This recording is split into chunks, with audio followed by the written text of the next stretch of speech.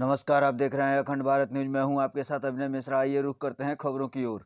Dental college के निरीक्षण के बाद स्वास्थ्य मंत्री ने कहा, राजनीति में सौदेबाजी करने वालों को बिहार ने की जनता ने हर बार नकारा।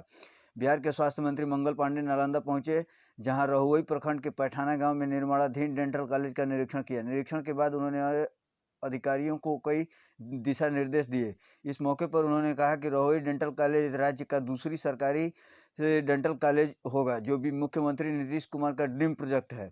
उनका सपना है कि यह कॉलेज राष्ट्रीय स्तर की बननी चाहिए। लगभग 400 करोड़ की लागत से इस राष्ट्रीय स्तर के डेंटल कॉलेज को बनाया जा रहा है।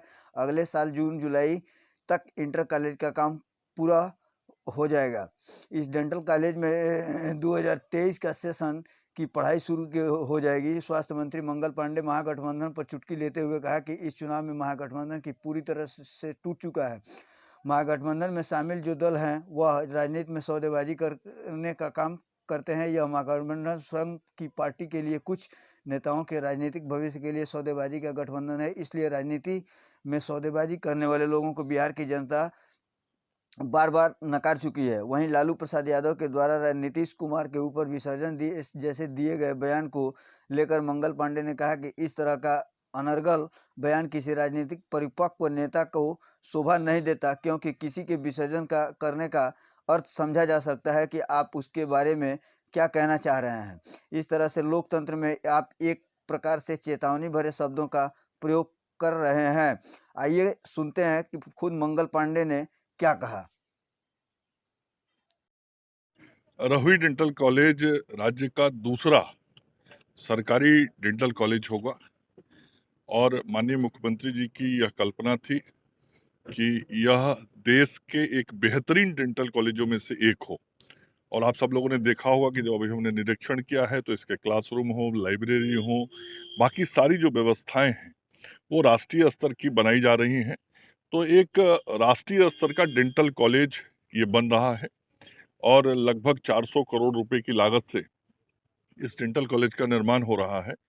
और जिस तरीके से कार्य हो रहे हैं, पूरा उसका जो समीक्षा किया गया है, मुझे विश्वास है कि अगले साल जून जुलाई तक ये डेंटल कॉलेज का काम पूरा हो जाएगा और 2023 का जो सेशन होगा उस सेशन से यहाँ पढ़ाई शुरू हो जाएगी और डेंटल काउंसिल ऑफ इंडिया में अगले साल उसकी अनुमति के लिए हम लोग आवेदन कर देंगे।